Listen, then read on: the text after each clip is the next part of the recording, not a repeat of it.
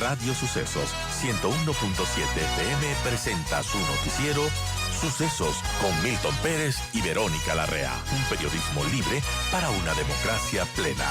Los hechos y las opiniones de los sucesos que marcan nuestro tiempo.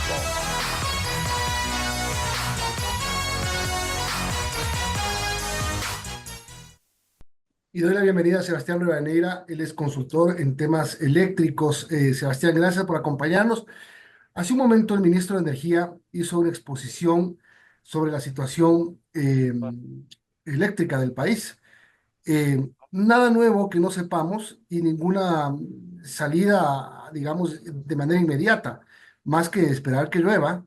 Se ha mejorado el caudal de Masar en 1,60 m y dijo que no se cortó la luz en algunos sectores durante todo el horario porque se usó la energía de Coca-Cola Sinclair. No se entiende muy bien qué es lo que está haciendo el sector, las autoridades del sector eléctrico en este momento. Muy buenos días, Milton, Verónica. Bueno, la situación es que el SENACE el día de ayer programó más o menos un recorte del 15% de la energía a nivel nacional y dispuso a las empresas eléctricas que lo hagan en un 20%.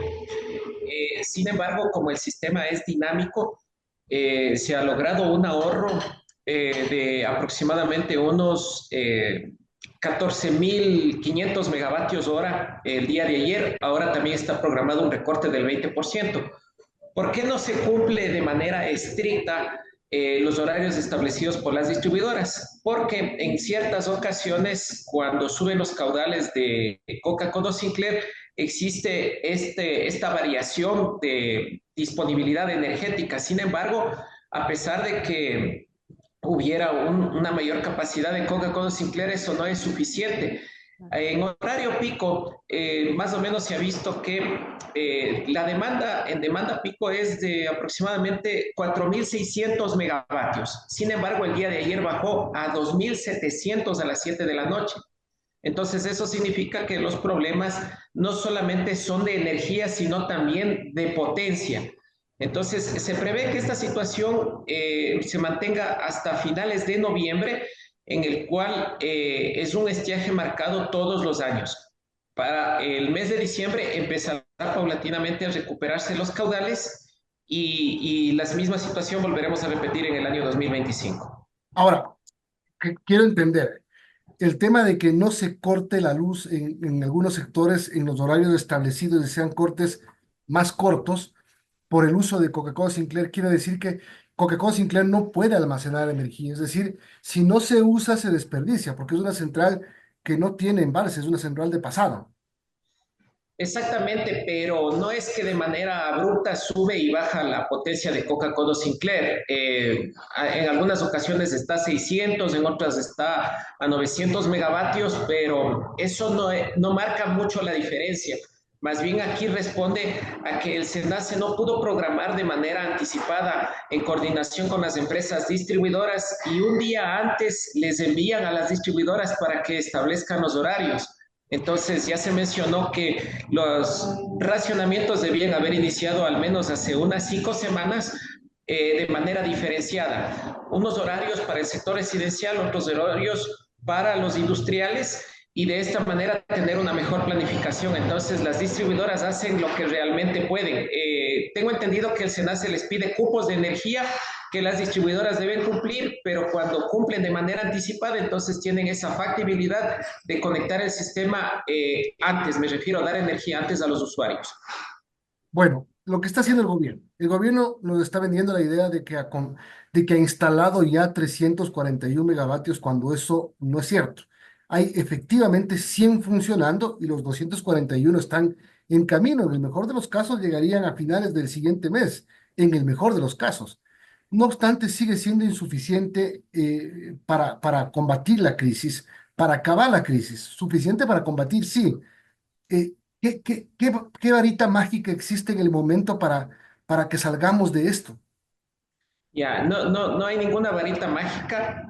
En realidad son 241 megavatios que se encuentran en papeles, pero eso tendría que estar instalado, tendría que iniciar las pruebas para inmediatamente entrar en etapa de comercialización. Sin embargo, esto está previsto para el mes de diciembre y para el próximo año. Entonces, en el mes de diciembre que se recuperan los caudales, prácticamente esto no se sentiría.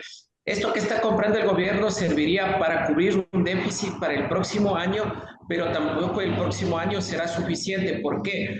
Porque si en este momento estamos con 4.600 de demanda pico, en el año 2025 llegaremos a los 5.000.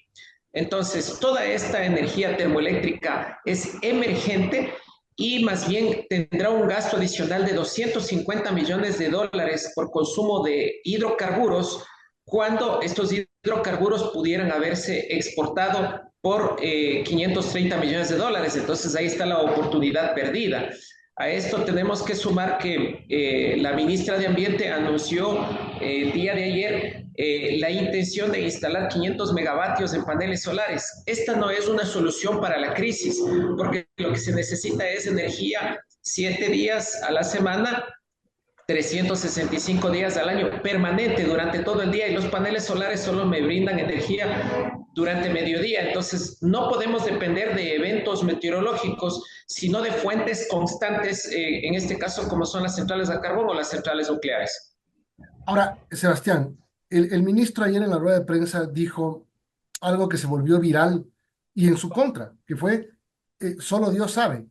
Pero el ministro no está mintiendo, es decir, solo Dios sabe cuándo va a llover y si es que esas lluvias van a ser suficientes para recuperar los caudales que permitan aflojar la situación. Es decir, humanamente el daño está hecho. Humanamente tenemos que tener cortes de energía durante qué tiempo para empezar a recuperarnos humanamente. Bueno, no es que solamente Dios sabe cuándo van a ocurrir las lluvias.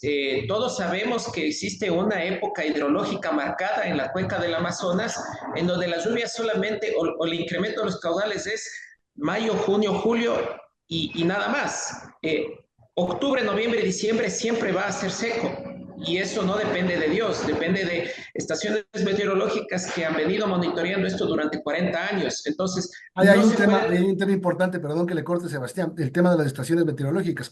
Había sobre 300 estaciones meteorológicas, hoy hay 90. Es decir, tampoco se puede hacer una, una medición meteorológica efectiva.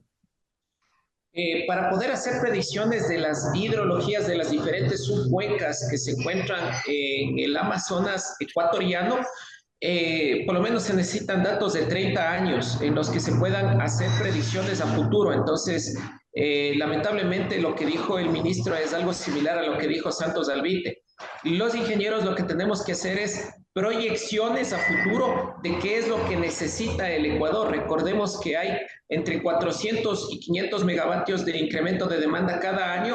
Eso equivale a construir un paute cada 2 años. Entonces, no solamente es el tema de la generación emergente, sino también se requiere otro tipo de fuentes de energía que le brinden, en este caso, firmeza al sistema. Entonces, hasta el momento no se ha escuchado cuándo inicia la construcción de Cardenillo, de Santiago, cuándo ingresan los otros proyectos hidroeléctricos. El plan maestro de electrificación todavía, el que recién lanzó el gobierno es una copia del plan maestro anterior y tiene un retraso de 8 años. No se ha escuchado todavía el inicio de la construcción de nuevas líneas de subtransmisión, ampliación de subestaciones, especialmente en la costa, en donde el problema es grave, y se van a seguir repitiendo estas fallas en el sistema por la sobrecarga de las líneas. Entonces va a ser importante que se presente un plan integral, no solamente para atender esta emergencia, porque esto se va a repetir los próximos años de manera permanente hasta que no se construyan los otros proyectos de energía firme. Sebastián, buenos días. Y como usted bien lo apunta, no es solo un problema de esta sequía y de la generación eléctrica, sino también un tema de problemas de transmisión. Y claro, se cae un árbol, se da un error humano y se va la energía en todo el país. Para que eso no pase, ¿qué tendría que hacerse? Porque como usted bien lo apunta, también más de 8 años que no se ha hecho nada prácticamente. Bueno, cuando existen fallas en el sistema nacional interconectado, son eventos estocásticos. O sea, puede suceder en cualquier momento, pero para eso precisamente es la configuración de la red. Cuando se abre un circuito, la energía viaja por otros circuitos y lo importante es que las provincias no queden desabastecidas o peor el blackout que hubo. Estos apagones masivos que ocurrieron el 19 de junio y el 7 de septiembre es por la falta de fuentes energéticas. Si es que sale una central por cualquier eventualidad, cuando actúan correctamente las protecciones, inmediatamente ingresan a estas otras centrales de emergencia térmicas, pero al no disponer de la fuente energética van a seguir ocurriendo estos eventos. Todavía no se ha anunciado por parte de las autoridades del ministerio cuándo inician las licitaciones de los otros proyectos que están contemplados en el Plan Maestro de Electrificación. Solamente hablan de bloques, pero no hablan específicamente de sitios, de costos, de inversionistas interesados.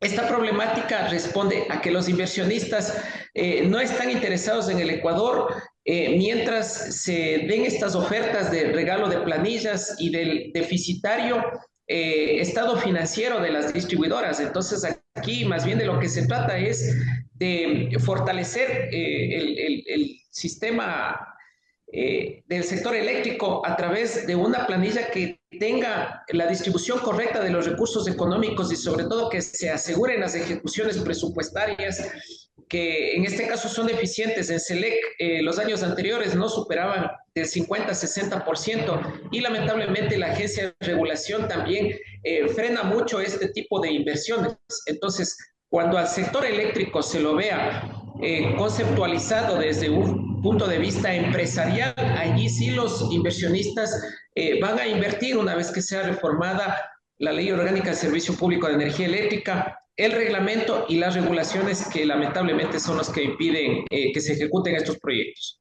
Son las 8:58. Estamos hablando con Sebastián Rivadeneira, analista en temas energéticos. Sebastián, hay un informe del SENACE que lo tenía SELEC desde el principio, en el que se habla de la grave situación que está viviendo el sector eléctrico y de que podrían ocurrir apagones desde octubre de este año hasta marzo del próximo año.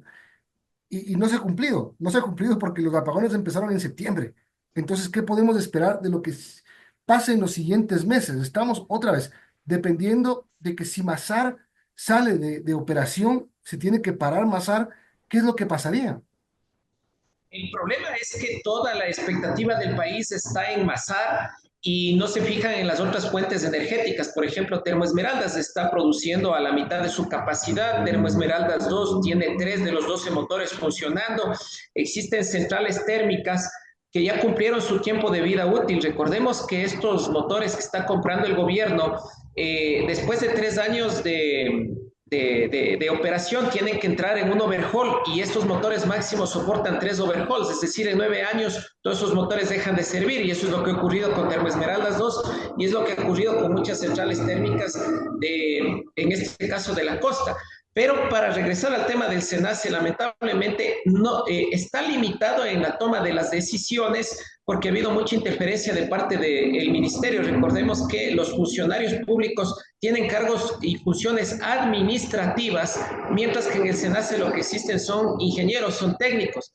Entonces, esta interferencia política, de cierta manera, del ministerio no le permitió al SENACE tomar las decisiones a tiempo. El SENACE en este momento se encuentra prácticamente en una camisa de fuerza, porque si no responde, en este caso el director, a los lineamientos del ministerio, simplemente es cambiado. Cuando en otros países los organismos de operación son netamente técnicos e independientes del poder político y el poder gubernamental. Entonces, yo creo que el SENACE, o sea, está haciendo el mejor esfuerzo, pero no es suficiente. ¿Por qué? Porque también se necesita datos de estaciones meteorológicas, mayores mediciones y sobre todo no depender solamente de Masar. O sea, ahí está el problema, la dependencia alta de este embalse, cuando existen también otros proyectos. Yo le había mencionado el tema de las centrales a carbón, que son fuentes mucho más baratas. Recordemos que la barcaza son 14 centavos más el costo del combustible y el subsidio. Entonces, el país sigue siendo deficitario. De aquí, o sea, ¿cuándo van a iniciar el tema de las grandes hidroeléctricas y de las otras fuentes térmicas? Eso no se ha dicho nada, ¿no? Esto solamente estamos tapando el sol con un dedo. Muchas gracias por acompañarnos, Sebastián. Gracias por aportar con este análisis de la grave situación que vivimos. Saludos. Saludos cordiales, Milton, y lo mismo, Verónica. Y bueno, pues a la ciudadanía que se siga informando a través de los medios de comunicación sobre la grave crisis y sobre todo a prepararse para los próximos años en donde el problema va a persistir. Sebastián Rivadeneira, analista en temas de eléctricos. Buenos días y tenemos que... Madero, nos vemos mañana. Tengan todos buen día.